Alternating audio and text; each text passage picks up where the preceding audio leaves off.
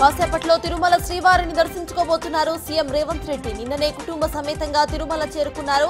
VIP break దర్శనంలో వెంకన్నను దర్శించుకోబోతున్నారు. తన మనవడి పుట్టు వెంట్రుకల మొక్కు చెల్లిస్తారు. సీఎం హోదాలో తొలిసారిగా తిరుమల వెళ్లారు రేవంత్ రెడ్డి. ఎన్నికల కోడ్ ముగిసేలోగా పారిశ్రామిక అభివృద్ధికి కొత్త పాలసీను సిద్ధం చేయాలని అన్నారు సీఎం రేవంత్. ప్రపంచ దేశాలతో తెలంగాణ పోటీ పడేలా నూతన పాలసీలు ఉండాలని అన్నారు. టీఎస్డబ్ల్యూఐసీపై సమీక్షను నిర్వహించిన సీఎం రేవంత్ రెడ్డి గత రివ్యూలో తీసుకున్న నిర్ణయాలు, పనుల్లో పురోగతిని అడిగి తెలుసుకున్నారు. ఆదాయానికి మించిన ఆస్తుల కేసులో సీసీఎస్ ఏసీపీ ఉమామహేశ్వరరావును అరెస్టు చేశారు. అక్రమాస్తుల విలువ దాదాపు 3 కోట్లకు పైగా ఉంటుందని అధికారులు చెబుతున్నారు. ఉమామహేశ్వరరావు కొనుగోలు చేసిన 17 ప్రాపర్టీస్ ను సీజ్ చేశారు. ఇవాళ కోర్టులో హాజరుపరచబోతున్నారు. కవిత సహా 5 నిందితులపై ఈడీ దాఖలు చేసిన సప్లిమెంటరీ ఛార్జ్షీట్ ను పరిగణనలోకి తీసుకునే అంశంపై తీర్పును రిజర్వ్ చేసింది. ఈ నెల 29న తీర్పును వెలువరించబోతుంది కోర్టు.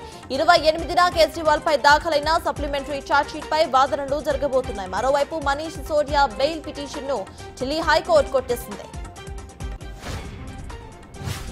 రాజకీయ అల్లర్లు పునరావృతం కాకుండా ఏపీ పోలీస్ శాఖ అలర్ట్ అయింది. ఈ సందర్భంగా మొదటిసారిగా 85 మందిపై హిస్టరీ షీట్ ను ఓపెన్ చేశామని అన్నారు. ఏపీ డీజీపీ హరీష్ కుమార్ గుప్తా 3 నిందితులపై పీటీ యాక్ట్ కూడా పెట్టామని అన్నారు. ఏపీ వ్యాప్తంగా సమస్యాత్మక ప్రాంతాల్లో కార్టన్ సర్చెస్ నిర్వహిస్తున్నామని అన్నారు.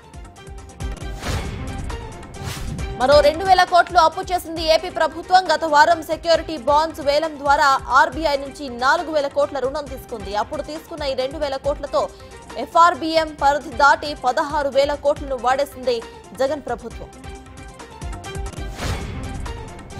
కిర్గిస్థాన్లో సాధారణ పరిస్థితులు నెలకొన్నాయి. విదేశీ విద్యార్థులపై దాడులు ఆగాయి. అల్లరి మూకలను అరెస్టు చేయడంతో పరిస్థితి అదుపులోకి వచ్చినట్టుగా అక్కడి అధికారులు చెబుతున్నారు. ఇదిలా ఉంటే రేపు కిర్గిస్థాన్ నుండి ఢిల్లీకి చేరుకోబోతోంది ఫ్లైట్. విద్యార్థులు వారి స్వదేశాలకు వెళ్లేందుకు యూనివర్సిటీస్ ఏర్పాట్లు చేస్తున్నాయి. ఐపీఎల్ ఫైనల్లోకి దూసుకువెళ్లింది కేకేఆర్. ఎస్ఆర్హెచ్ పై 8 వికెట్ల తేడాతో కోల్కతా నైట్ రైడర్స్ ఘన విజయాన్ని సాధించింది. ఆల్ రౌండర్ ప్రదర్శనతో అద్దరుకొట్టింది. ఈ విజయంతో నేరుగా ఐపీఎల్ ఫైనల్స్ కు చేరుకుంది కేకేఆర్. వెంకటేష్ అయ్యర్, శ్రేయస్ అయ్యర్ అర్ధ సెంచరీలు చేసి జట్టు విజయంలో కీలక పాత్రను పోషించారు.